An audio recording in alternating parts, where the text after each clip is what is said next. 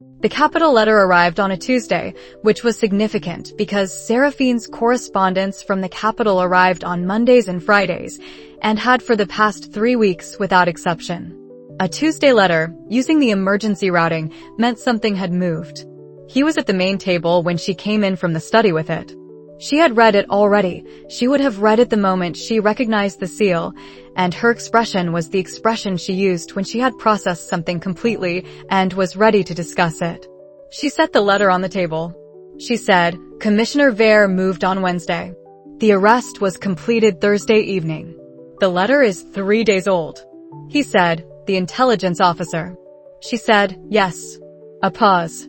3 additional commission investigators conducted the formal inquiry simultaneously. He could not communicate with any of his contacts during the questioning. The evidence was sufficient. "He's in commission custody now." He said, "What did they find?" She said, Church of Light administrative correspondence that was routing order operational directives through the regional assessment process. He was receiving them and translating them into commission-style language. 3 frontier assessment reports were false, misclassified early incursion data, exactly as we identified. A pause. The 3 connections I documented were the entry point. Commissioner Vere identified 4 more during the inquiry.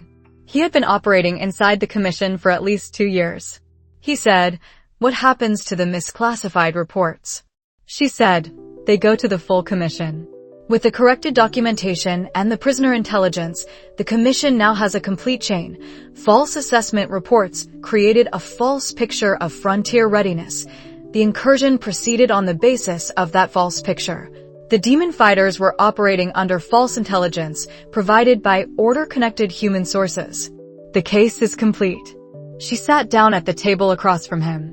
Commissioner Vere will present to the full commission next week. The additional evaluation period ends there. He said, 2 months early. She said, yes. They were both looking at the letter.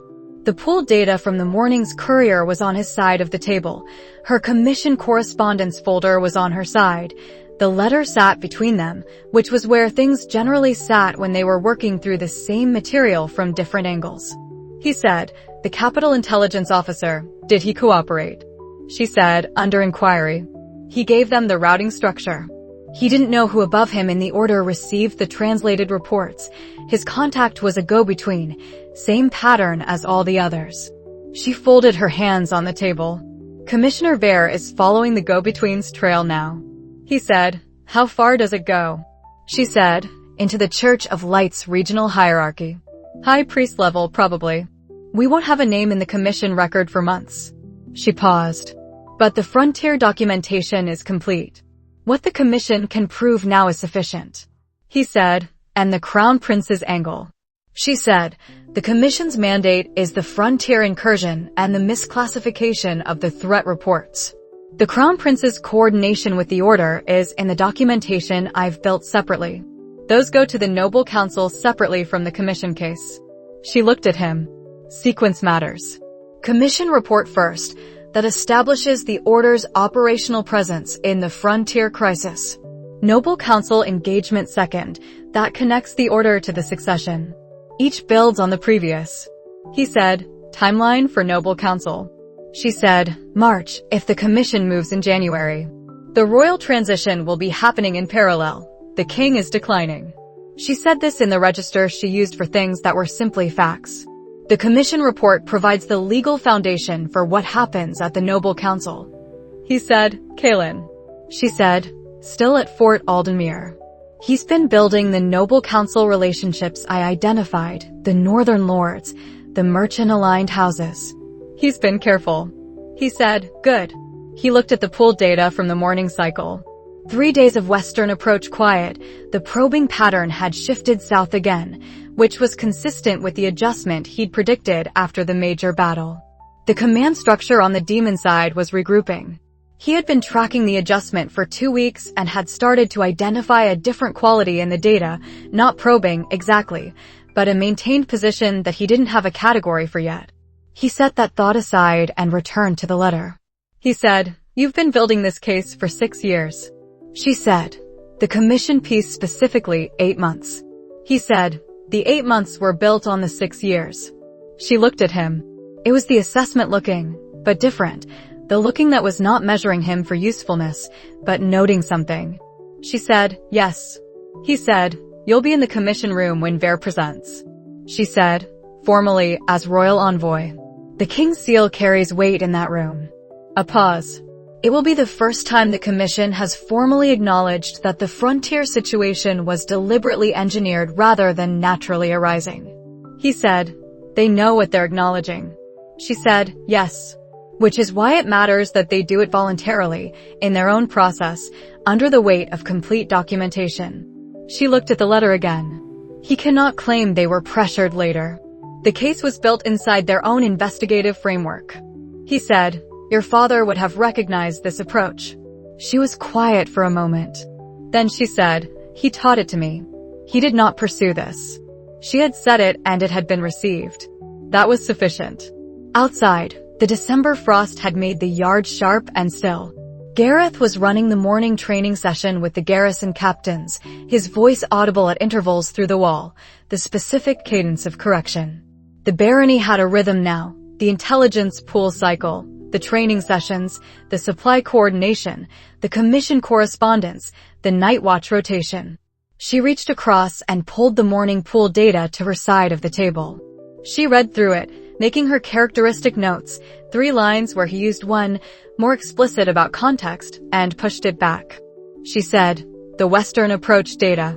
The pattern you've been watching. He said, it's changed. She said, tell me.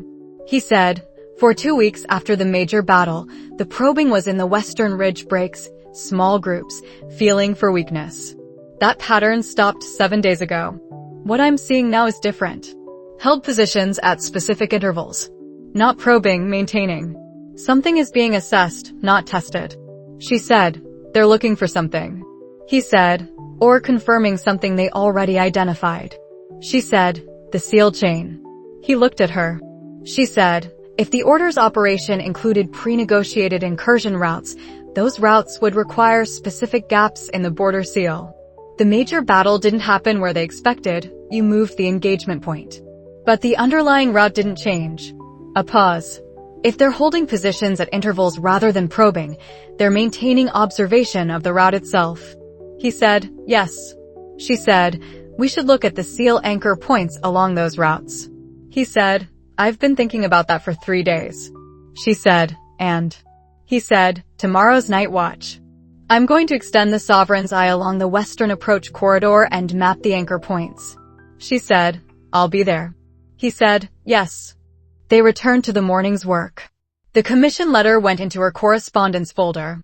The pool data went back into the cycle stack for cross-referencing against the previous 7 days. The December light came through the main window and made the room's dust visible, which it generally didn't at this time of year. He wrote in the private document that evening, capital operation complete. Commissioner Berin has the full case. 8 months of commission work built on 6 years of her investigation. The Noble Council sequence begins in March. He wrote, she said, he taught it to me.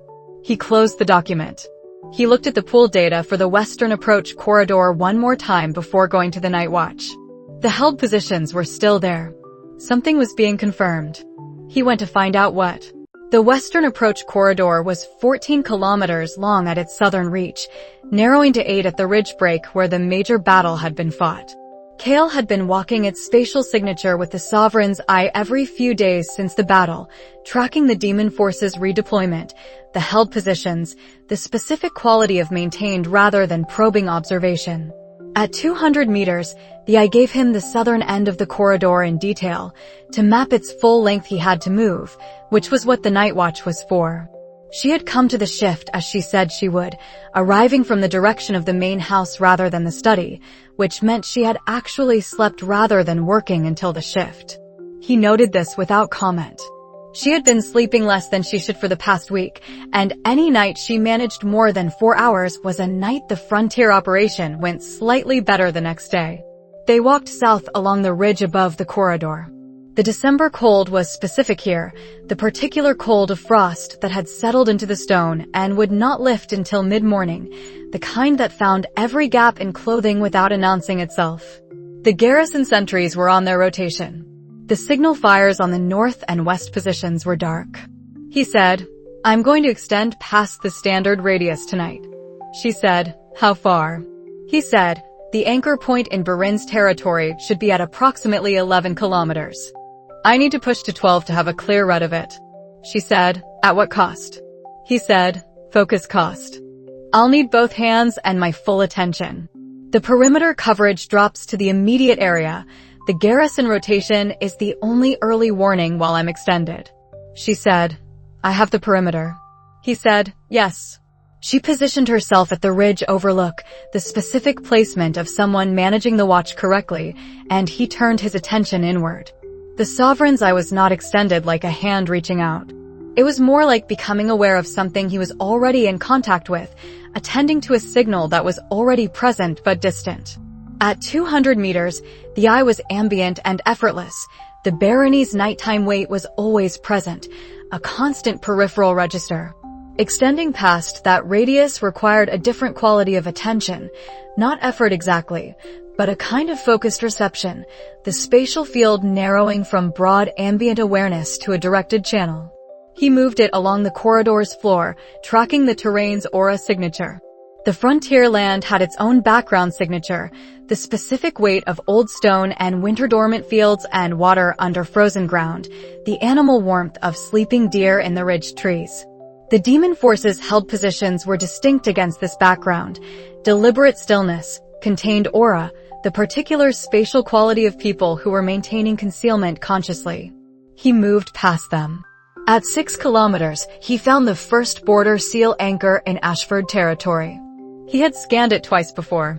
He knew what it looked like, a deep, almost geological presence in the local spatial field, the anchor's aura signature compressed and stable, built up over decades of maintenance by the seal's maintenance teams. The outer layers were thin, aging slightly, the way an old stone wall aged, but the core was intact and solid, pulsing at the slow rhythm of a well-maintained magical construct. He noted it as reference and moved on. At 11 kilometers, he reached the anchor point in Berin's territory. He stopped. The aura signature was wrong. Not absent, the anchor was still functional, still holding the seal's integrity in this section. But the signature had a quality that the Ashford anchor did not. Where the Ashford anchor's core was compressed and solid, this one was hollow. Hollow was the wrong word, but hollowed was closer. The core signature was present but thin, as if something had been drawing from it over time. The outer layers were intact, which was why a standard maintenance check would show nothing. The center was not. He extended the eye's attention into the anchor's spatial structure and understood the difference. An aging anchor compressed uniformly, its layers thinning inward from the outside. This anchor had been drained. The drainage was from the core outward. The structural signature was consistent with deliberate energy removal, not natural dissipation. And the signature of the removal had a specific regularity to it, not the organic irregularity of natural deterioration, but the consistent pattern of something done methodically, at intervals, for an extended period. He held his attention there for 3 full minutes, mapping it. He brought the eye back to standard radius. He said, "Seraphine." She was at the ridge overlook. She turned. He said, "The anchor point in Berin's territory." She said, "What?" He said, "The core signature has been drained. Not age degradation, deliberate energy removal. Methodical, at intervals, over an extended period. I would estimate 12 to 18 months, based on the current depletion level and the rate of removal that would produce this pattern." She said, "How certain are you that it's deliberate versus natural?" He said, "Natural degradation compresses from the outside in. What I'm seeing is depleted from the inside out. The outer signature is intact. The core has been drawn down to approximately 60% of the structural standard for an anchor of this age and maintenance level." A pause. Someone who knew the seal's architecture would know to draw from the core rather than the outer layers. The outer layers are what standard maintenance inspection measures. She was quiet. She said, "Someone maintained regular access to the anchor point for over a year." He said, "Yes." She said, "The anchor point is within Berin's territory." He said, "Yes." She said, "Who has access to an anchor point?" He said, The maintenance teams are quarterly, sent by the compact under a rotating schedule. Individual lords can request additional assessments. And the landholding lord has standing access for emergency inspection under the Frontier Compact Charter. She was quiet for a long time. The night was still around them. He could hear the garrison sentries completing their rotation, 2 positions over. She said, "The Frontier Lords who are part of the compact. They know the defensive dispositions. They know the seal points." He said, "Yes." She said, and someone with standing access to the anchor point would not appear in the quarterly maintenance logs. He said, "No." She looked at the dark valley below them. He looked at it too. The western approach corridor ran through that darkness, and at its far end, 11 kilometers south. The anchor that was keeping this section of the border seal functional was doing so at 60% capacity because someone had been drawing from it methodically over more than a year, creating a gap that a pre-negotiated incursion route was specifically designed to use. She said, "This was planned before the first raid." He said, "The first raid was 8 months ago. If the drainage has been running for 12 to 18 months, it began before the first incursion event." She said, "They built the gap first. Then they arranged the incursion to use it." He said, "The order provided the route to Vethra's command. The route requires a functional gap. The gap required 18 months of preparation inside compact territory." He looked at the western corridor. The major incursion that did not happen, the assault we stopped, would have used the full gap. When the seal anchor reaches 30% or below, it fails catastrophically rather than degrading. The flood of force that would come through a failed section would be a different order of magnitude than anything we've faced. She said, "When?" He said, "At the rate of drainage I'm calculating, 3 to 4 months from now." She said, "So the incursion we stopped wasn't the main event." He said, "The incursion we stopped was the setup. The civilian raids created the emergency, softened the frontier's political position, and justified the demon presence in the region. The main event was the assault that would follow the seal anchor's catastrophic failure." She said, "An emergency that would require the Crown Prince's emergency powers framework." He said, "Yes." They stood at the ridge in the December dark, looking at a problem that was larger than the frontier and had been larger all along. He said, "We need to find who has been doing this." She said, "Yes." He said, "Tomorrow." She said, "Tonight. I won't sleep now anyway." They walked back to the barony in the dark and began working. They worked through the night at the main table, the pooled data pushed aside for the documentation Kael was building about the seal anchor. He wrote everything down as he worked, the aura signature of the Ashford anchor for comparison, the signature of the Berin anchor at current state, the calculated drainage rate, the timeline. He was building evidence that could be presented to someone who had not felt what he felt, which meant building it in terms that didn't rely on the sovereign's eye's perceptions directly. She read each section as he wrote it. She said, "At the 3rd hour of the morning, demon capability." He said, "What about it?" She said, "You're going to be asked why a demon couldn't have done this. I want to hear the argument." He said, "A border seal anchor is a human magical construct. It uses human light magic as its primary binding matrix. The original construction process requires light affinity practitioners, which is why the seal maintenance teams are drawn from the Church of Light's administrative structure." He looked at what he'd written. Demon magic follows different rules. Their elemental resonances are biologically distinct from human affinities. They can't interface with a human light construct directly. Even a demon who understood the anchor's structure theoretically couldn't manipulate its core without triggering the alarm protocols. She said, "What alarm protocols?" He said, "Every anchor has a signature check built into its structure. If the signature of the energy touching the core doesn't match the human light affinity matrix, the check triggers and sends an alert to the Regional Maintenance Authority. It's passive, doesn't require monitoring, just trips automatically." She said, "And if a human with light affinity were doing the drainage?" He said, "The energy signature matches. The check doesn't trip. The alarm doesn't sound." He set down the pen. The regional maintenance logs would show nothing. The quarterly inspection teams measure the outer layers. The check only trips if the energy is externally sourced and signature mismatched. What happened here was internal, correct signature drainage. The system couldn't detect it because the drainer had the right magical signature. She said, so this required someone with light affinity. He said, or someone trained in the seal's maintenance protocols who understood how to mask the drainage rate well enough that the outer layers look normal on inspection. A pause. Both descriptions fit an order-connected operative. The order routes through the Church of Light's administrative structure. Church of Light practitioners are light affinity. They're also the people who train the maintenance teams. She said, an order operative with Church of Light credentials could request standing anchor access. He said, through the Landholding Lord's inspection authority. The operative doesn't need to be on the quarterly team. They need access granted by the Lord of the territory. She was quiet. Then she said, or they need to be the Lord of the territory. He said, yes. The fire in the main room had burned down to low coals.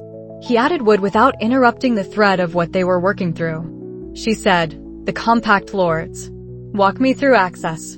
He said, there are 5 lords in the compact.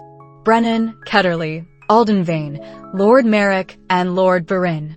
He looked at the documentation.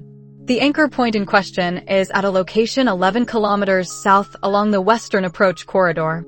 I need to cross-reference the anchor point's location against the territorial maps to confirm which holding it falls within. She said, I can confirm. I reviewed the territorial records as part of the supply agreement work. The southern approach corridor anchor is in Berin barony territory. Lord Berin's landholding boundary runs along the ridge south of the anchor's position. A pause. He's had standing access to it for the length of his tenure as Lord. 17 years. He said, and for the past 12 to 18 months, someone has been using that access to drain the anchor's core at a rate that produces no observable outer signature change. She said, Berin has been in every compact command meeting since the alliance formed. He said, yes. She said, he knows our defensive dispositions. He knows the supply routes. He knows the intelligence pool cycle. He said, yes. She said, everything we've discussed in compact meetings. He said, yes. He did not say the next thing immediately because it was the kind of thing that, once said, changed the shape of everything that came before it. He had been thinking about it since the ridge overlook, and saying it aloud did not make it easier. He said, the compact has been running for 3 years. The anchor drainage began 12 to 18 months ago, which puts it in the compact's 2nd year. Berin was in the founding meetings. He participated in the alliance formation. He contributed resources during the first incursion period. He looked at the documentation. He was already part of the structure before he was compromised. Or a pause. Or he was compromised before the structure, and the compact was the intelligence asset they were positioning him to access. She said, the order knew you were building the compact. He said, they knew I was building something. They identified Berin as the leverage point and placed him before the structure reached its current level of operational significance. He looked at the pool data stacked at the edge of the table. 3 years of compact intelligence. Every defensive disposition, every supply line, every assessment of what the frontier can and cannot withstand. She said, we need to confirm it's him before we discuss what that means. He said, yes. She said, the forensic assessment first. Then the estate accounts. Then the trap. He said, the forensic assessment is the entry point. I can't present my direct observation of the anchor's aura signature to a commission investigator. I can't explain how I know what the core signature looks like without explaining the Sovereign's Eye's full capability, which I will not do. She said, the assessment establishes the finding independently. He said, an independent qualified practitioner with commission authority examines the anchor's physical core structure and identifies the drainage pattern. It's forensically detectable if you know what to look for and you're examining the core directly rather than the outer layers. She said, how do we get a commission forensic assessor to the anchor point without signaling Berin? He said, the order goes to all 5 lords simultaneously. Royal Envoy discretion, routine security assessment of frontier seal integrity during the active incursion period. Every compact lord receives notice that commission assessors will be reviewing the anchor points in their territory. Berin receives it among 4 others. By the time he knows which anchor we're actually looking at, the assessment will already be complete. She said, the order goes out tomorrow morning. He said, with the financial inquiry simultaneous or within a day. His estate accounts, the payment pattern I'm expecting to find there requires a clean retrieval path. She said, Commission authority covers financial records for frontier barons during an active incursion period. Ver's team has that standing authority. He said, if the request goes out at the same time as the anchor assessment order, all 5 lords, routine financial audit, Berin cannot respond selectively without making himself obvious. She said, and any alteration he makes to the accounts after the formal request is on record as tampering. He said, yes. She looked at him. The December fire was burning steadily now, its warmth specific to one side. Outside, the barony was still in the deep pre-dawn. She said, you've been building this argument in your head since the ridge overlook. He said, since the 3rd hour of the night watch. I needed the full picture before I said it aloud. She said, why? He said, because once we say this is Lord Berin, we're building a case against a compact lord. I want to be certain of the logic before we commit to the direction. She said, are you certain? He said, I'm certain the anchor was drained deliberately. I'm certain it required human light affinity capability and standing territorial access. I'm certain the anchor point is within Berin's territory and Berin has had standing access for 17 years. He looked at her. I'll be certain it's Berin when the forensic assessment confirms the drainage method and the estate accounts confirm the payment pattern. She said, then we get the confirmation. He said, yes.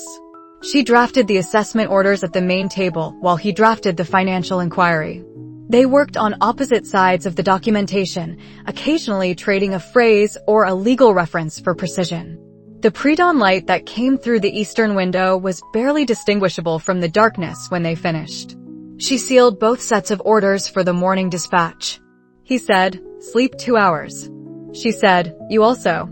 He said, yes. He wrote in the private document before he went, the anchor was drained by a human with light affinity and standing access in Berin's territory.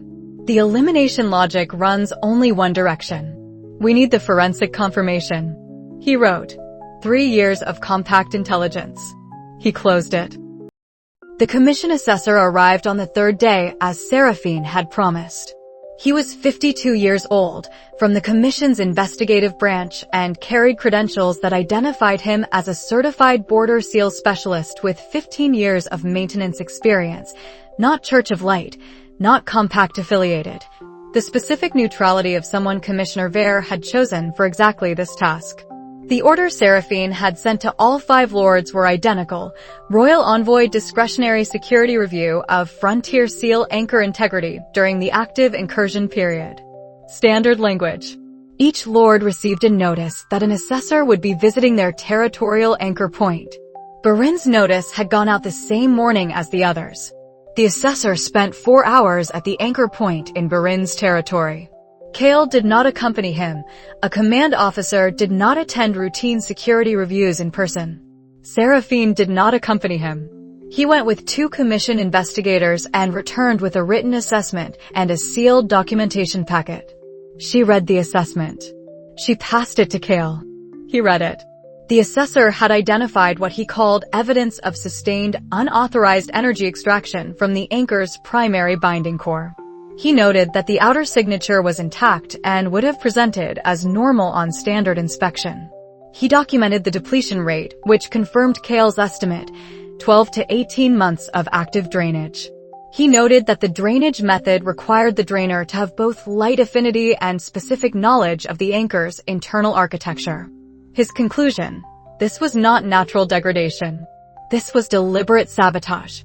He had also noted, in a separate technical addendum, that the anchor was currently at 63% functional capacity and that without intervention it would reach catastrophic failure in approximately 90 days. She said, 63%. He said, at the predicted rate, the failure window is 90 to 100 days. She said, which means the planned assault timeline. He said, was approximately 90 days from now if they held to it. He set the assessment down. The assault was going to happen in late February or early March year 12. She said, during the Noble Council session. He said, yes. She said, the crisis they were manufacturing for the Emergency Powers Framework, a catastrophic SEAL failure during the Noble Council session, with a mass incursion flooding the frontier while the succession question was actively being discussed. He said, an emergency of that scale during a Noble Council meeting gives the Crown Prince the exact legislative authority he needs to declare emergency powers and accelerate the succession under crisis conditions. The Noble Council votes under duress. The alternative heir's position becomes untenable. He looked at the assessment. The timing was not coincidental. The estate account information had arrived on the second day through the factor in Berin's supply town. It took Kael 4 hours to work through the records his network had retrieved. He set the relevant sections in front of her now. He said, Berin's estate accounts for the past 3 years. The standard entries are consistent with what you'd expect from a barony of his size and location: supply costs, tithe payments, maintenance accounts, staff wages. Nothing unusual. He turned to the section he'd marked. These entries are not consistent. She looked at them. The entries were listed as consulting services, frontier assessment, quarterly payments, regular amounts, from a source identified only as a commission reference number. The payments were not Church of Light, not compact funds, not any identifiable government account. They were consistent in amount and timing across 11 quarters, 2 years and 9 months. She said, 3 years. He said, the first payment 3 months before the first demon raid. He looked at the records. The amount is consistent across all 11 entries. That consistency is significant. Irregular consulting payments vary. This doesn't vary. It's a stipend. She said, the order paying a retainer. He said, for a service being performed on a schedule. She looked at the records for a long time. He let her look. He said, the elimination logic, if you want to walk through it. She said, I know it. Berin's territory contains the anchor point. Berin has standing access. Berin has been in every compact command meeting. The payments timeline matches the order's 3-year operation. A pause. Is there any other lord who meets all 4 conditions? He said, Aldenvane's territory doesn't have an anchor point along the western approach corridor. His anchor points are on the northern approach, which is not where the incursion route runs. Brennan's anchor points are in the southeastern quadrant. Ketterly's anchor point on the western approach is 9 kilometers further from the corridor's actual center than Berin's. He looked at her. There's a technical argument that Ketterly's anchor, if sufficiently drained, could eventually contribute to a western corridor gap, but the drainage effort would be higher and the timeline longer. The order chose the most efficient path. She said, and Ketterly's accounts. He said, clean. I looked. She said, Lord Merrick. He said, no anchor points on the western approach at all. The Merrick holding seal section is northern and eastern. He looked at the documents. Berin is the only lord whose anchor point is in the right location, with standing access, with the estate payment pattern. A pause. One of the compact lords has been reporting our defensive dispositions and intelligence pool data to the order for 3 years while sitting in our command meetings. She said it without heat, yes. He said, he didn't join the compact believing he'd do this. The timeline suggests he was recruited after the compact formed. The first payment is 3 months before the first raid, which is approximately 2 years into the compact's existence. He knew us before he was compromised. She said, which makes it worse. He said, which means the order found the point of pressure and applied it. He looked at the accounts again. The payments are substantial, not enough to transform his position, but enough to matter to someone with a barony of his size. A frontier lord with exposure on supply costs, 2 bad harvests in the year 8 through 9 window, and a barony-level debt structure that's been documented in the compact's shared financial assessments. He closed the folder. They found his vulnerability and offered him a way through it. She was quiet for a moment. Then she said, what does he know that we need to know? He said, the order's operational channel. Who gave him the instructions, the drainage schedule, and the payment arrangement. The specific channel he used to communicate with his handler. He looked at her. and confirmation that the incursion route was pre-negotiated, which we have from the prisoners, but which would be substantially stronger in the commission case if Berin confirms it. She said, he cooperates when he understands his situation. He said, if we present the forensic assessment, the estate accounts, and the anchor drainage documentation simultaneously, he understands that the evidence is already complete. His cooperation affects the terms of what happens to him, not the outcome of the investigation. She said, the trap needs to close before he knows what the forensic assessment found. He said, yes. She looked at the documentation laid out on the table, the assessor's report, the estate accounts, the territorial maps, the pool data showing the held demon positions along the western approach corridor that were waiting for a gap still 2 months from catastrophic failure. She said, we need to design this carefully. He said, yes. She said, tomorrow. He said, tonight is better. He doesn't yet know what the forensic assessment found. That window is closing. She said, tonight. They worked. The constraint was not Berin's guilt. The constraint was the evidence chain. He said, we have 3 pieces. The forensic assessment, official, commission authority, independent practitioner.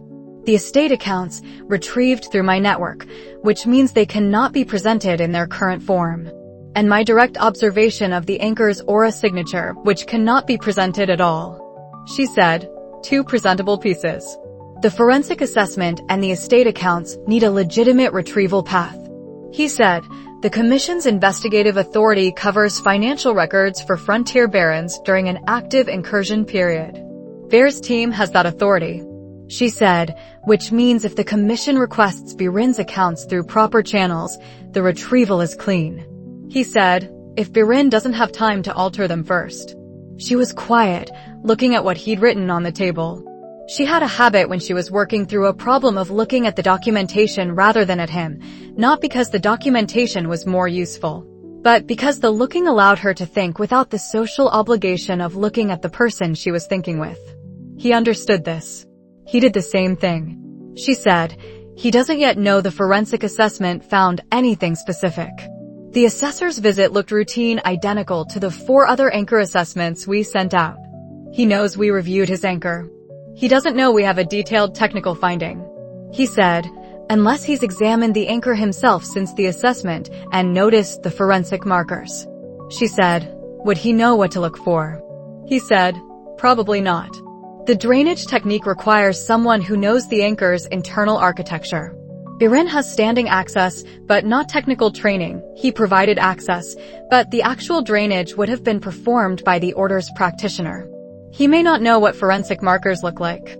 She said, so he's uncertain about what we found. He knows we were looking. He doesn't know what we saw. He said, which makes him more likely to address the estate accounts than the anchor directly. If he's been instructed to cover his financial tracks if the situation becomes risky, this is when he does it. She said, the account alteration window. He said, 3 days, maybe 4. After that, if he doesn't hear anything specific, he may decide the assessment found nothing and stand down. She said, so we need to move the commission financial request in the next 2 days. He said, yes. He looked at her.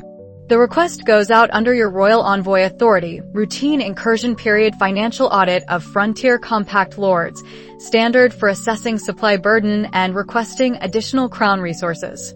All 5 lords receive it simultaneously. She said, same approach as the anchor assessment. He said, yes. Berin receives it among 4 others. He can't respond selectively without making himself obvious. She said, the financial request locks the accounts into the official record as they are at the moment of request. Any alteration after that point is tampering with a formal commission inquiry. He said, which adds a second charge. She said, if he's clever, he doesn't alter them. He plays the routine. He said, then we have what we have, which is sufficient. He looked at the documentation. The estate accounts in their current form are already sufficient for a formal inquiry. The payment pattern is anomalous and provable. A commissioned forensic accountant will reach the same conclusion I did. She said, the physical lock. He said, Berin has a study where he does his estate administration. It's his practice to keep sensitive documents in a locked cabinet, standard for frontier lords, most of whom maintain their own financial records independently. His steward handles the day-to-day accounts. The sensitive records are Berin's direct management. She said, "How do you know about the locked cabinet?" He said, "The factor who retrieved the accounts noted it. The sensitive records weren't in the standard administrative ledgers. The factor documented where those records were likely kept, based on the estate layout and standard frontier lord practice."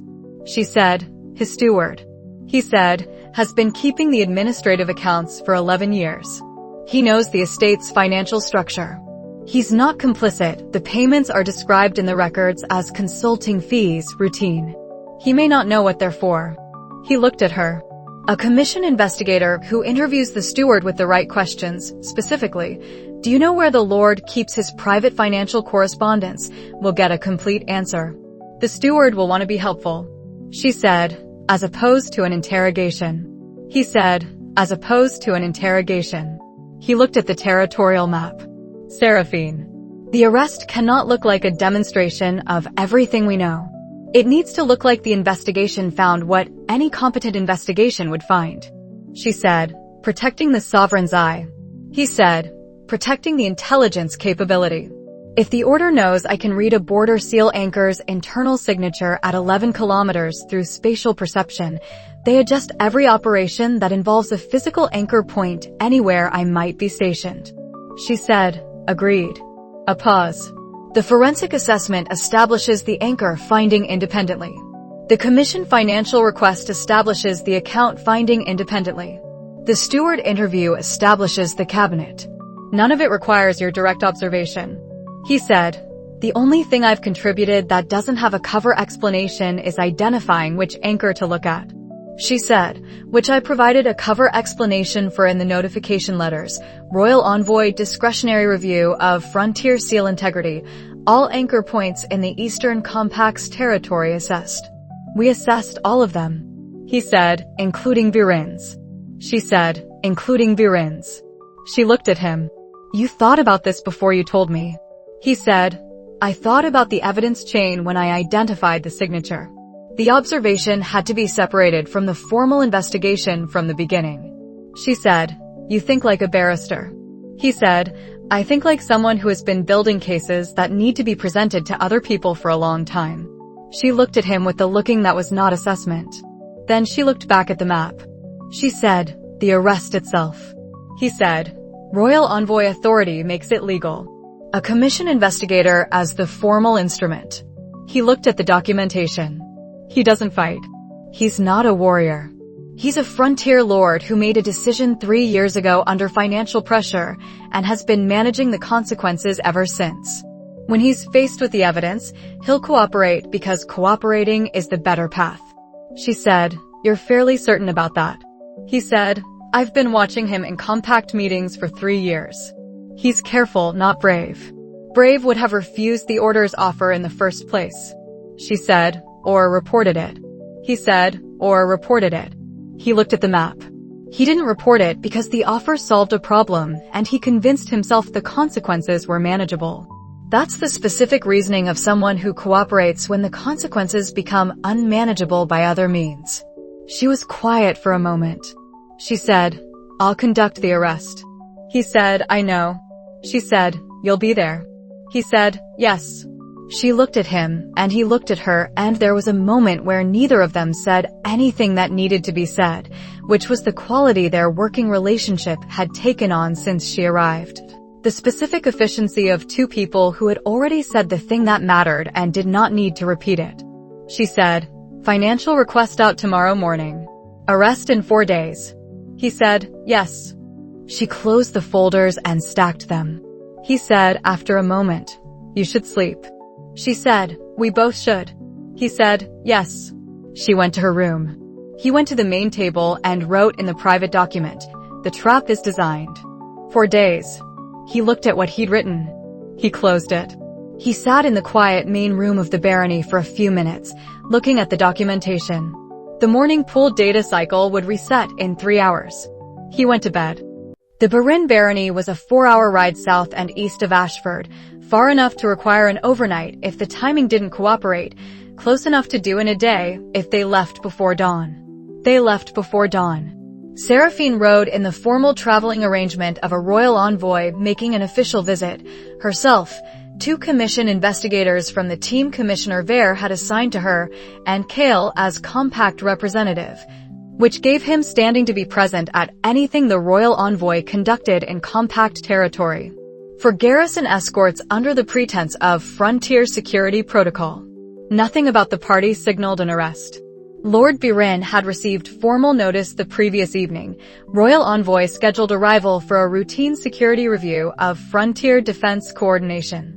The specific language was consistent with 6 other visits Seraphine had made to compact lords in the past 3 weeks. He would not have had time to be alarmed before the notice arrived. He would have been uncertain about how alarmed to be. They arrived at the Berin estate at mid-morning. Lord Berin met them in the entry hall. He was 44 years old, with the particular bearing of a frontier lord who had managed his holding competently for a long time without ever being particularly distinguished. He was not tall. He was careful. He had the eyes of someone performing careful calm. Seraphine said, "Lord Berin, thank you for receiving us."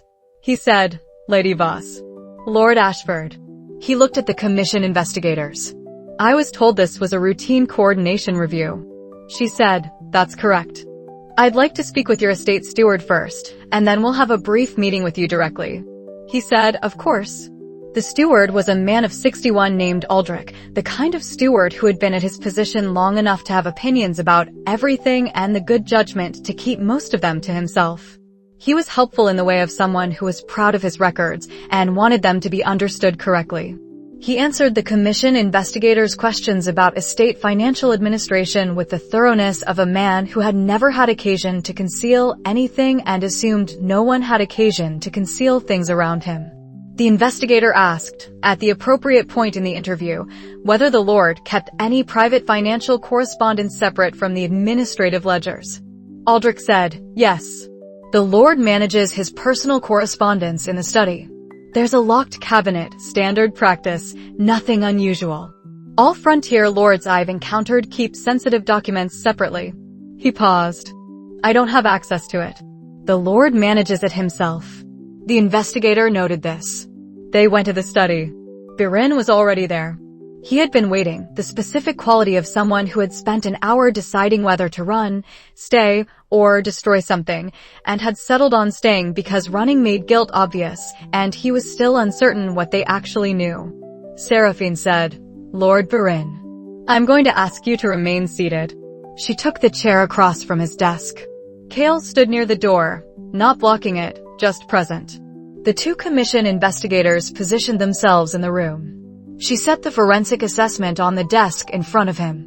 She said, "This is the written finding from the Commission's border seal specialist who examined your territorial anchor point 3 days ago." He looked at it. She set the Commission financial inquiry documentation beside it. She said, "And this is the formal record request for your estate's financial accounts, which was filed through Royal Envoy Authority yesterday morning and triggers a forensic accounting review." He looked at this too. His face had gone through 3 things in approximately 30 seconds, careful calm, then the specific stillness of someone whose body understands something before their mind does, then very pale. She said, "The forensic assessment found evidence of sustained, unauthorized energy extraction from the anchor's primary binding core. The drainage has been ongoing for 12 to 18 months. The drainage method required light affinity access and knowledge of the anchor's internal architecture." A pause. "Your estate's administrative records contain a series of quarterly payments over the past 33 months, described as consulting fees, from an external source that does not correspond to any identifiable legitimate commission, compact, or commercial entity." He said nothing. She said, "The locked cabinet." He looked at it, involuntary, the specific reflex of someone whose body has given the answer before they decided to give it. She said, "The commission investigators have authority to open it. Under Royal Envoy discretion during the active incursion period, I am requesting you open it." He sat for a moment that lasted exactly as long as it needed to.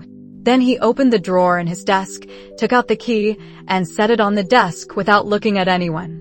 One of the investigators opened the cabinet. Inside were 3 folders. The investigator documented each in turn. A communications log showing coded message exchanges over 33 months, a schedule, handwritten, precise, showing drainage targets and timeline milestones for the anchor point, and a payment record that matched the administrative ledger's consulting fee entries, with a reference number that could be traced through a merchant house intermediary. The investigator documented everything and sealed the folders. Berin sat in his chair and looked at the window. The December afternoon light made the study's south wall warm and exact. He said, "What happens now?" Seraphine said, "You're under commission investigative authority as of this moment. You'll travel with us to the Frontier Command Post. A formal statement will be taken.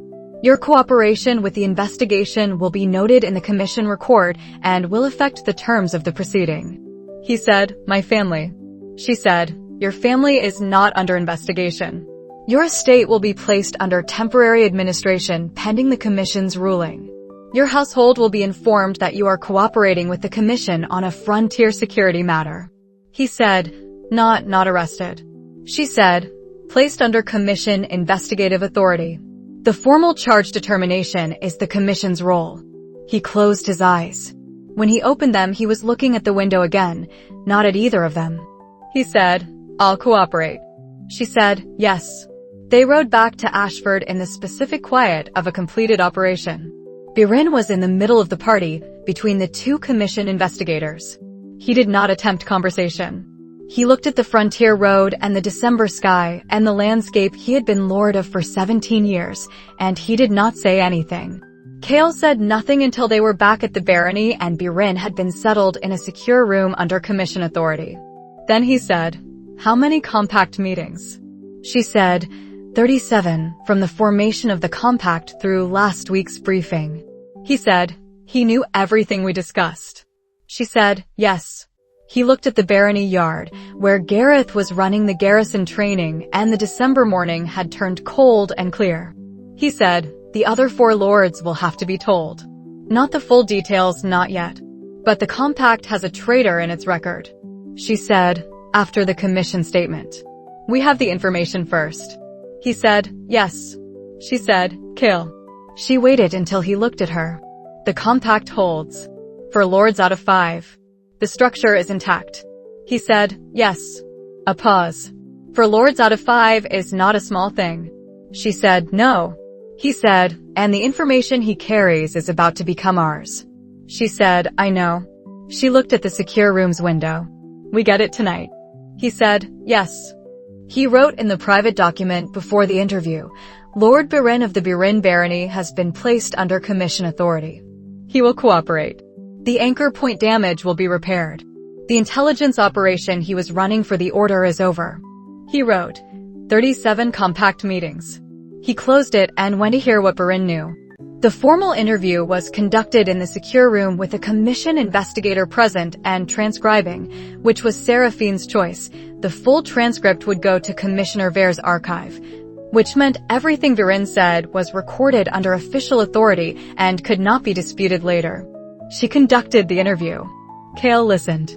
She said, "Tell me when you were approached." Berin said, 3 years and 4 months ago. Early year 8. A man came to the estate presenting as a Church of Light regional assessor, the standard quarterly pastoral assessment. I had no reason to question the credentials. We met for 2 hours in the formal reception room. He gave me the quarterly report, which was real, correct in every detail. At the end of the meeting, he asked to speak privately. A pause. He told me he represented interests that had been following the Ashford Compact's development with concern. He said the frontier's consolidation under a single intelligence framework was creating political instability that would affect the Eastern noble houses' positions. Seraphine said, "What were you to do?" Berin said, "He asked whether I would be willing to share information about the compact's operational planning with his principals in exchange for resolution of my estate's financial exposure." He said it in the flat register of someone who had rehearsed this and had found that rehearsal did not make it easier. I was in debt. Year 8 had been the second bad harvest running. I was going to lose the South Farming District. She said, "You agreed." He said, "Not immediately." I told him I would consider it. A pause. He came back 7 days later. I agreed. She said, "What were you asked to provide?" He said, "Initially, correspondence summaries. What the compact discussed in its formal meetings. The supply logistics. The intelligence pool structure, which I had limited visibility into because it was administered from Ashford." He looked at his hands. Later, the anchor point. She said, "Tell me about the anchor assignment." He said, 2 years ago, year 9. He came for a third time. He explained the assignment. The anchor point in my territory was part of a route that his principals needed to be accessible at a specific time. He gave me a schedule. He gave me a practitioner, a Church of Light advanced assessor who visited the estate as part of a pastoral assessment and spent 3 days at the anchor site. A pause. I didn't perform the drainage myself. I provided access. I ensured the anchor was accessible during the scheduled visits. She said, "How many visits?" He said, 12. Over 18 months. Each approximately 6 weeks apart. She said, "What were you told the drainage was for?" He said it would create a controlled weakness in the seal that would allow a demonstration of frontier vulnerability, not a true catastrophic failure.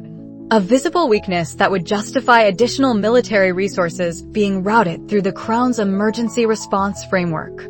He said it in the specific voice of someone who had told himself something many times and could hear, from the other side of the decision, how it had sounded. He told me no one would be killed. It would be a demonstration. Kael said, "Did you believe that?" Berin looked at him. He said, "I believed it the first time he told me. The second time was after the first raids. After the civilian deaths." He looked away. He told me those were not part of the plan. He told me Vethera's forces had exceeded their parameters. Kael said, "Did you believe that?" Berin was quiet for a moment. He said, "No." Kael said, "What did you do?" He said, "Nothing." The specific flatness of a man who knows what he is and is past performing otherwise. I had already been paid. I was already in the position I was in. The next 6 weeks' access visit was already scheduled. A pause. I told myself that stopping wouldn't undo what had already happened. Kael said, "Who gave you the instructions?" "Your handler." "What name did he use?" He said, "Aldrin." "I don't know if it's real." Kael said, "Describe him." He did. Kael noted the description without recognition, not a name he knew, not a face from his network. The order's handlers didn't use their real identities. This was consistent with everything else.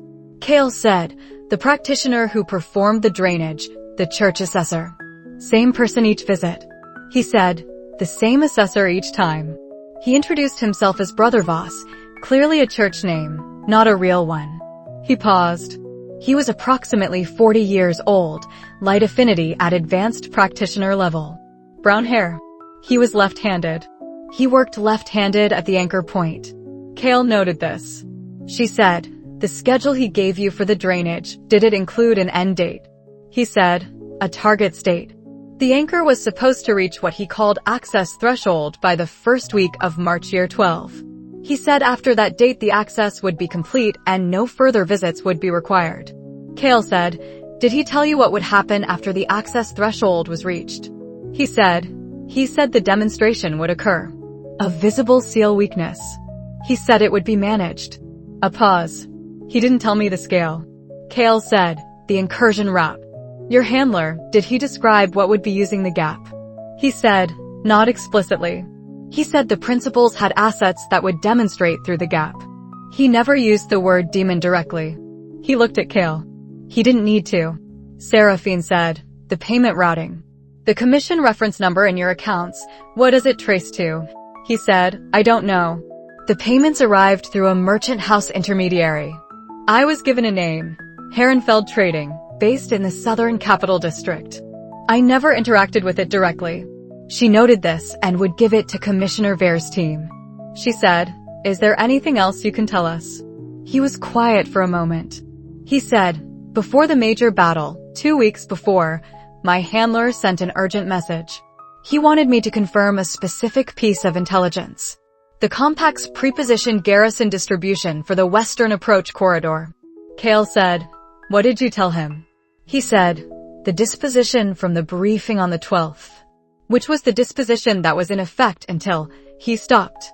He looked at Kael. "Until you moved it." Kael said, "Yes." He said, "You moved it the day before the battle." Kael said, "Yes." Berin looked at him for a long moment. Not hostility. Not anger. The specific look of someone who is understanding something that had been unclear to him for 2 months. He said, "You knew." Kael said, "I knew the preposition distribution might have been compromised. I moved it as standard operational security." He did not add, "because I had identified that information was being passed before I identified who was passing it." Because knowing a channel is compromised and knowing whose hands are on the channel are different problems. Berin said, "If I'd given him the correct information." Kael said, "The battle outcome would have been different." Berin looked at the table. He said, after a long silence, "The families." Kael said, "Yes." He said, "I didn't know they were going to. I believed him when he said no one would be killed." Kael said, "I know." He said, "That doesn't." Kael said, "No, it doesn't." The commission investigator finished transcribing. The interview was complete. Seraphine said, "Thank you for your cooperation." She said it with the neutral courtesy of the formal register, which was a different thing than warmth and was not intended to be otherwise. Kael looked at Berin for a moment, the careful lord, the frontier land manager who had kept his barony running for 17 years, who had agreed to something under pressure and told himself a story about it, and had been telling himself that story for 3 years while sitting in compact meetings and looking at the people whose intelligence he was passing to a handler who signed his letters Aldrin. Kael said, "The anchor point will be repaired. A commission maintenance team arrives next week." Berin said, "Good." Kael said, "Yes." He left. He sent the commission investigators to secure the transcript and went back to the main table with Seraphine. The fire was low. The December afternoon was giving way to the specific early dark of the frontier winter. Gareth had finished the training session and the yard was quiet. He said, "March." She said, "First week of March year 12. The Noble Council session begins the 23rd of February. The succession discussion was scheduled to open in the Noble Council's first full week." He said, "The anchor reaches catastrophic failure at the beginning of March. The first week." She said, "While the Noble Council is in session." He said, "Yes." He looked at the timeline he'd written. The Crown Prince needs the Noble Council's emergency powers authorization to accelerate the succession outside the standard King's designation window. The King's designation window is closing, natural causes, no emergency required. But emergency powers give the succession process an urgency that bypasses the deliberative Noble Council vote. She said, "He doesn't have the Noble Council majority without that urgency." He said, "Not with the position building that's been happening since August. By February, if the work holds, the Crown Prince doesn't have the votes for a voluntary designation. The succession goes to the traditional council vote and the alternative heir's support is sufficient." He looked at the timeline. "Unless there's an emergency." She said, "An emergency that requires military mobilization under Crown authority, which is the Crown Prince's purview." He said, "A catastrophic seal failure during an active incursion period. A mass demon assault through a failed seal section. The frontier in genuine crisis. The Noble Council voting emergency powers to the current Crown authority to mobilize a military response."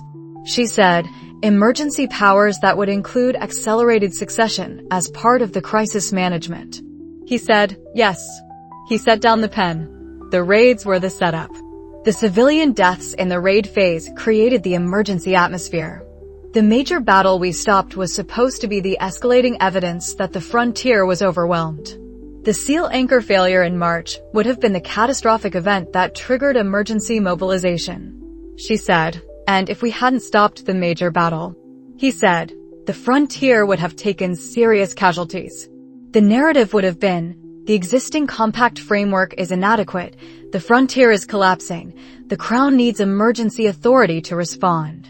He looked at her. The order spent 3 years building toward a 6-week window in March year 12.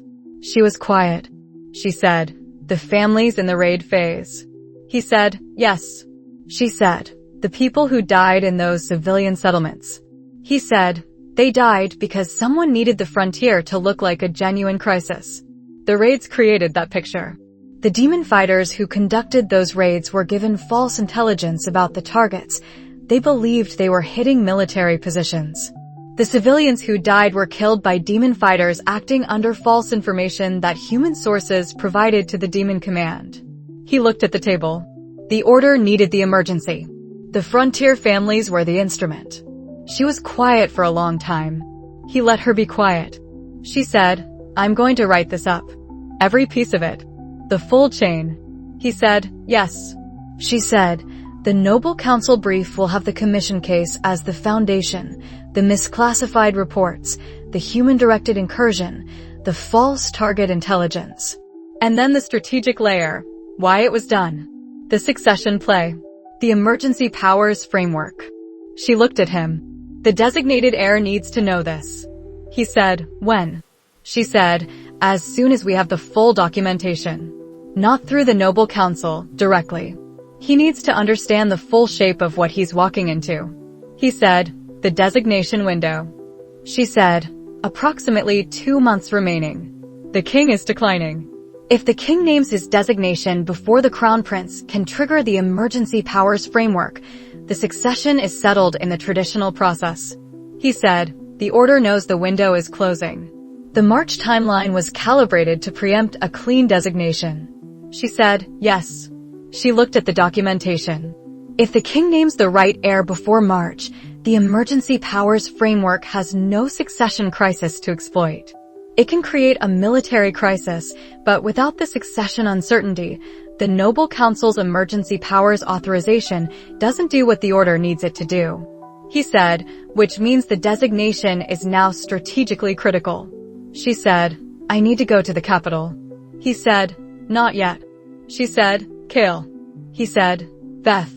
The held positions in the western corridor. He looked at the pooled data from the morning cycle. The pattern has been there for 2 weeks. That's not a force waiting to attack. That's a force waiting to see how we respond to something. The contact is coming.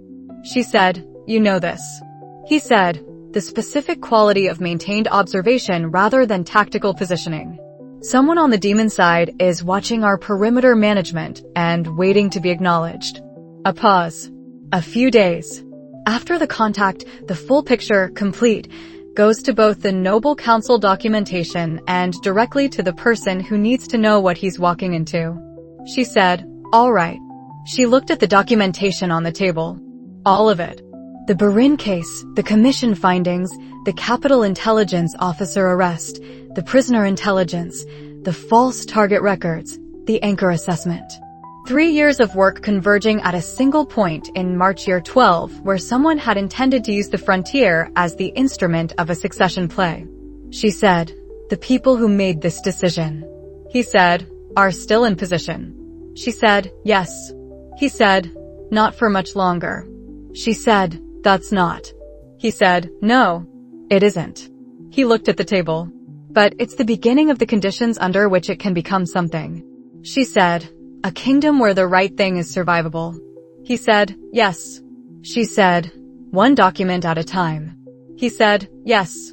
She looked at him for a moment with the looking that was not assessment and was not the careful professional neutrality she wore in most rooms.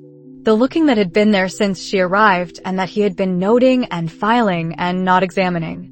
She said, "We have a lot of documents to write." He said, "We do."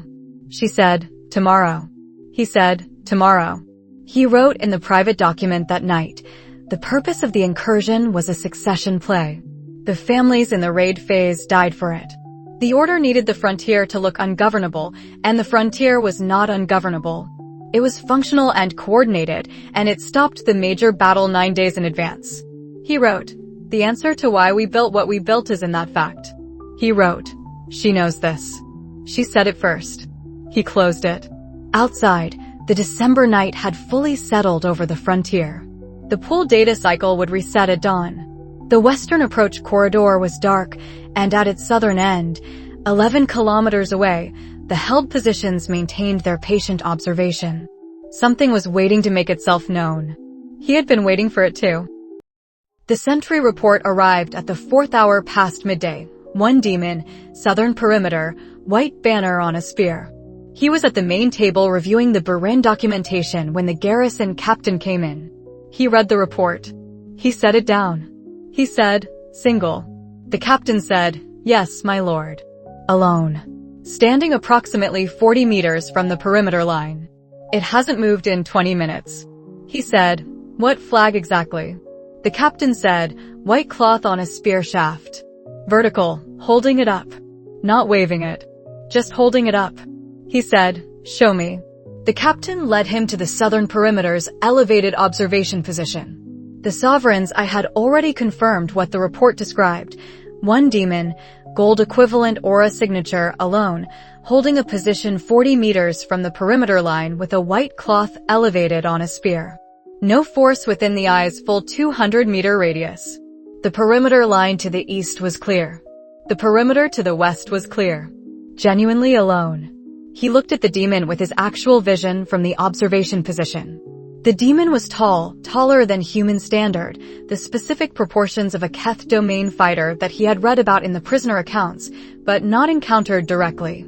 Earth-red skin, the domain's characteristic coloring.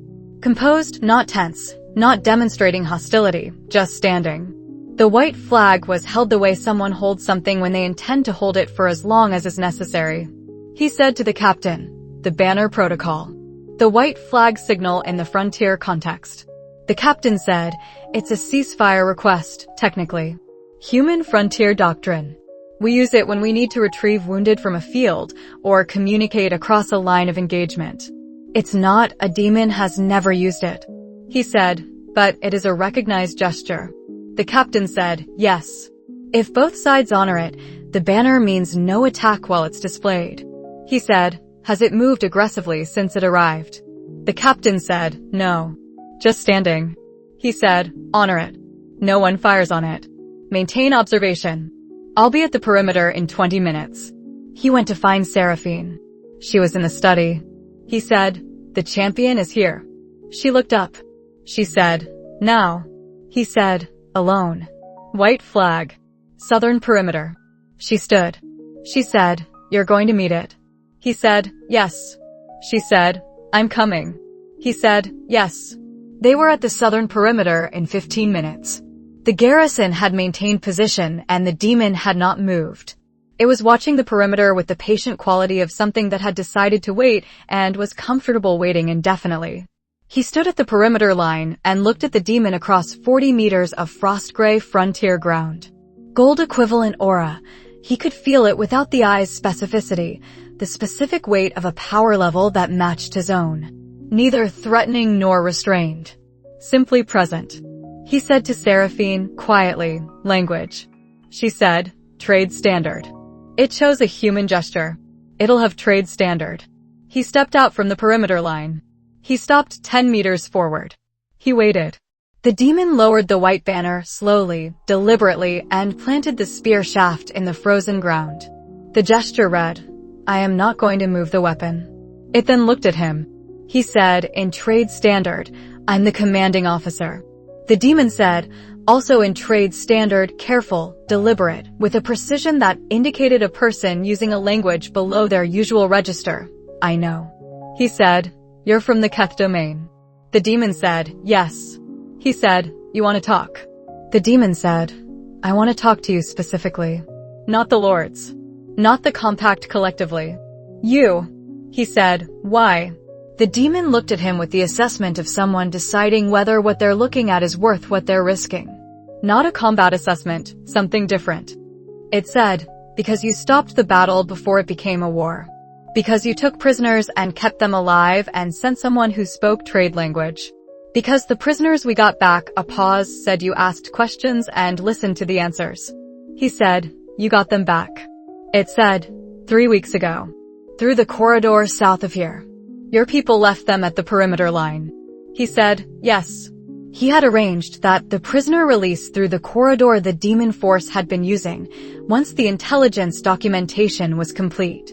No exchange demanded. No conditions. 2 intact prisoners, supplied for a 2-day walk, released at the southern perimeter line. The demon said, "That is not what commanders do." He said, "It's what this one does." The demon looked at him for another moment. Then it said, "My name is Veth, champion of the Keth domain.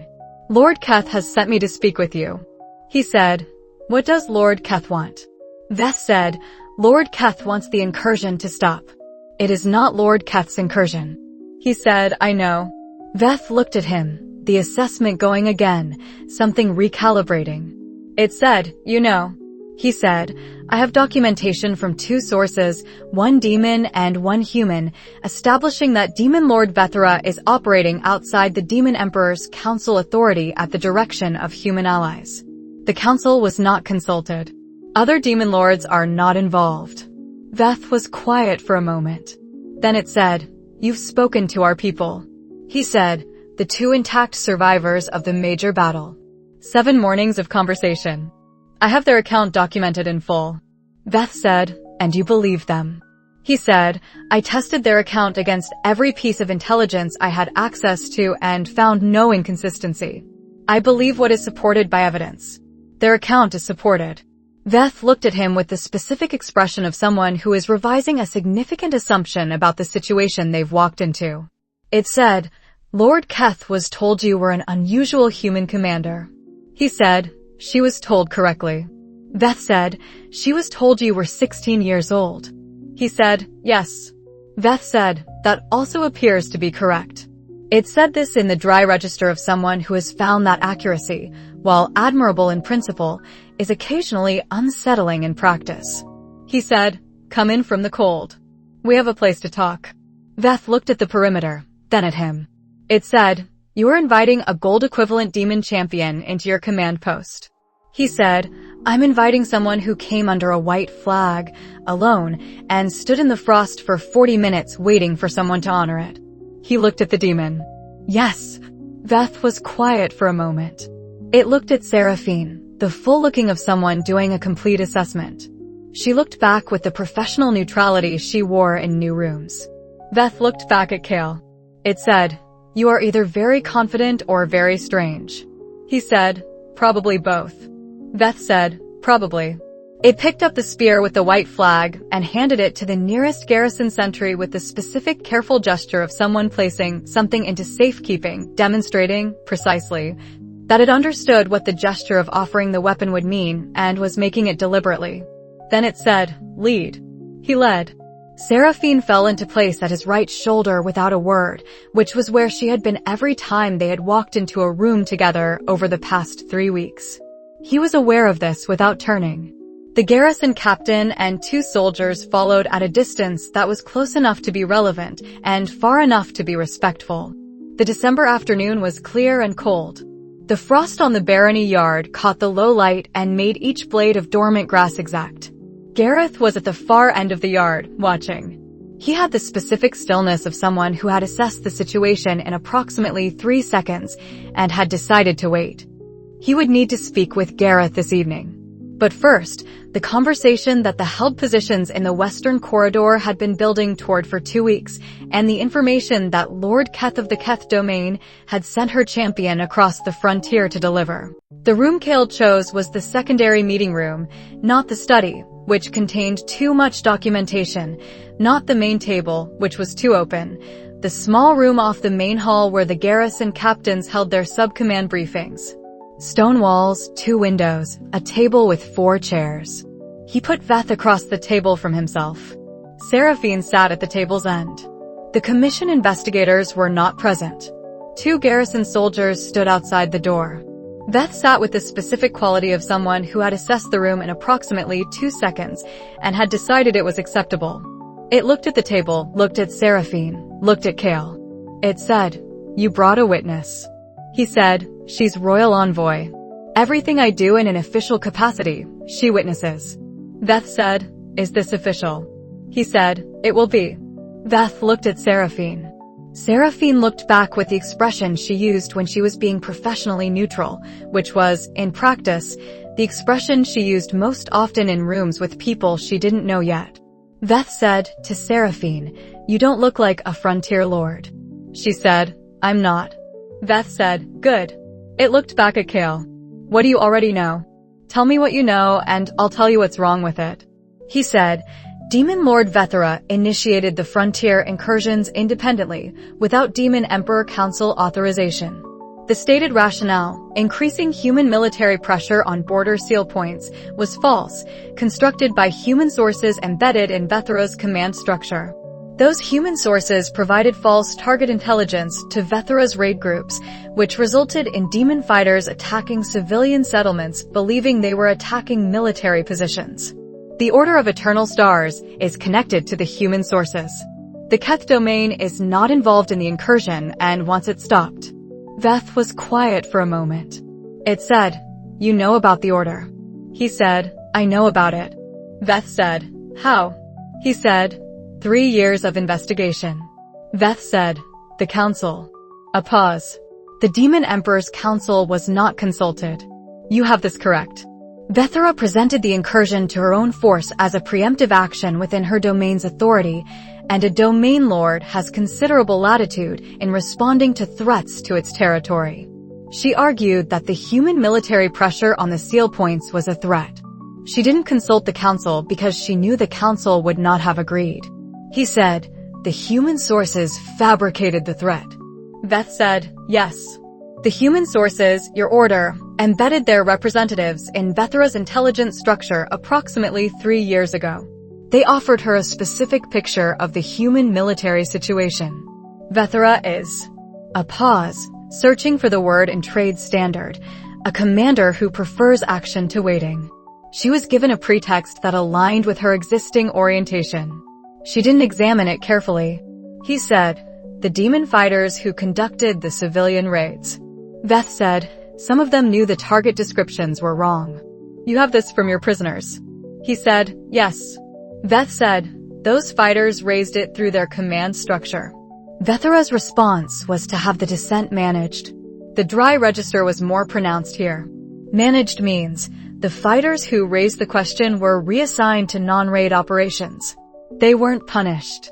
Punishment would have created more dissent. They were removed from the picture. He said, "And they're still in the demon force." Veth said, "Yes." He said, "The peace faction." Veth said, "Is not a formal faction. There is no organization. There are demon lords and domain populations and commanders within Vethera's own force who do not want this war, who did not choose it, who are watching the human response to the incursion and recognizing that they are being made into the weapon someone else is using." A pause. Lord Keth is not a pacifist. She is pragmatic. Her domain has trade relationships with human communities in the southern reaches that have existed for 60 years. The incursion damages those relationships. He said, "What does Lord Keth want?" Veth said, 3 things. 1. The incursions to stop. 2. The Demon Emperor's Council to be made aware of the human sources operation, the full account of what was done inside Vethera's command structure without council authorization. 3. The human sources to be identified publicly in human political structures as the party that initiated the crisis. He said, the 3rd point. Veth said, if it is documented in human political records that the Order of Eternal Stars arranged the incursion, then it is on the record that the current incursion was a human operation using demon forces. Which means the political argument that demons attacked civilians can be countered with the complete account. A pause. Which matters for what happens after the incursion ends. He said, the long-term relationship. Veth said, we have the same world. We have been at war with sections of it for 300 years. It said this in the flat way of something that has been a fact for too long to feel like an argument anymore. The arrangement that created the state of hostility between human and demon territories was not the demon people's choice. It was the decision of one domain lord working through a compact that the Demon Emperor's Council was not consulted on. 300 years ago. But it is the situation. He said, and Lord Keth wants to change the situation. Veth said, Lord Keth wants to stop losing people to a war that is not serving the Keth domain's interests. A pause. She is pragmatic. He said, what is she offering? Veth said, information. The full account of the Order's operations within demon territory, which human contacts approached which demon lord, what was offered, what was accepted. The full scope of the Order's demon-side operation over 3 years. A pause. Vethera cooperated because she was given what looked like a legitimate threat response opportunity. She is not a minor actor.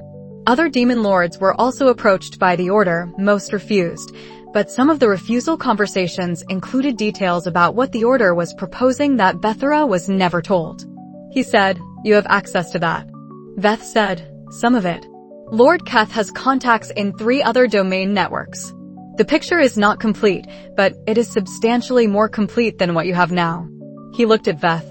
The demon looked back with the specific patience of something that found humans perpetually surprising, and had made a policy of not being too surprised by the discovery. Seraphine said, from the table's end, what does Lord Keth want in exchange? Veth looked at her. She said, the 3 points you listed are what Lord Keth wants to see happen. What does she want from us, specifically, in exchange for the intelligence? Veth said, acknowledgement. She said, define acknowledgement. Veth said, when the human political record is assembled, the commission case, the Noble Council documentation, whatever formal proceeding addresses the incursion, that record should reflect that a demon domain provided intelligence that contributed to identifying the human actors behind the incursion. A pause. Not a treaty. Not a formal relationship. An acknowledgement, in the formal record, that the Keth domain chose a different path than Vethera. She said, and if we put that acknowledgement in the record, what does Lord Keth do with it? Veth said, uses it as political positioning within the Demon Emperor's Council. To demonstrate that the peace orientation is not weakness, it produced results that the Council can point to. A pause. Lord Keth is also pragmatic about her own council politics. He said, yes. Veth looked at him with the dry expression that had been its consistent register since they sat down. It said, you find this coherent. He said, I find it exactly coherent. Veth said, most humans would find it strange. That we have internal politics. That a demon lord cares about her positioning within the council. He said, most humans haven't talked to 2 Ash domain fighters for 7 mornings. Veth was quiet for a moment. Then it said, you're prisoners. He said, they're well. They've been given appropriate space and our translator visits twice a week. Veth looked at him with a full assessment now, the recalibration that was less about his power level and more about the specific quality of what he was. It said, Lord Keth said you were unusual. He said, you've mentioned that. Veth said, I understand better now why she said it. A pause. The prisoners are Ash domain, not Keth domain. They are not ours to claim. He said, I know. Veth said, you kept them alive anyway. He said, they were useful. And then they were people. Veth said, very dry, in that order. He said, yes. In that order. Veth looked at him. The December afternoon light had moved to the western windows. Outside, the garrison was completing its rotation. The barony had the specific sound of late afternoon, the kitchen, the stables, the muted sound of the frontier settling into early dark. He said, we'll discuss Lord Keth's proposal. This is the beginning of the conversation, not the conclusion. Veth said, I know. It shifted slightly in the chair, which was sized for humans and was therefore, he observed, mildly uncomfortable. How long do you need? He said, tonight. I'll give you an answer tonight. Veth looked at him. Then at Seraphine. She was watching the demon with the patient attention of someone cataloging everything. Veth said, you're going to discuss it with her. He said, yes. Veth said, and if she objects? He said, then I'll tell you what the objections are and why we're proceeding or not proceeding based on them. Veth said, you will tell me her objections. He said, yes. Veth said, that is an unusual answer. He said, she's royal envoy. Her objections are the crown's objections. I don't manage her, I work with her. Veth looked at Seraphine with renewed attention. She met this without change in expression. Veth said to Seraphine, "Do you always let him speak for your authority?" She said, "He didn't speak for my authority. He said we would discuss it and I would have objections if I had them." A pause. "I haven't objected yet." Beth said, "Noted." He said, "You'll stay the night. We have accommodation." Beth looked at him. He said, "You came under a white flag." "I honor the white flag." Beth said, "A gold equivalent demon champion." He said, "A guest." Beth said nothing for a moment. Then, "You're strange." He said, "You keep saying that." Beth said, "I keep finding it accurate." He said, "Stay. We'll talk again this evening." Beth said, "I'll stay." He looked at the demon across the table. Earth-red skin, gold-equivalent presence, the sardonic precision of something that had lived long enough to find humans consistently surprising and had made its peace with that fact. Lord Keth's champion. The Peace Faction's voice. The thing that 3 years of work on the frontier, 7 mornings of prisoner conversations, 1 major battle, and 1 border seal anchor's careful sabotage had been building toward without any of them knowing it. He said, "Good." He meant it.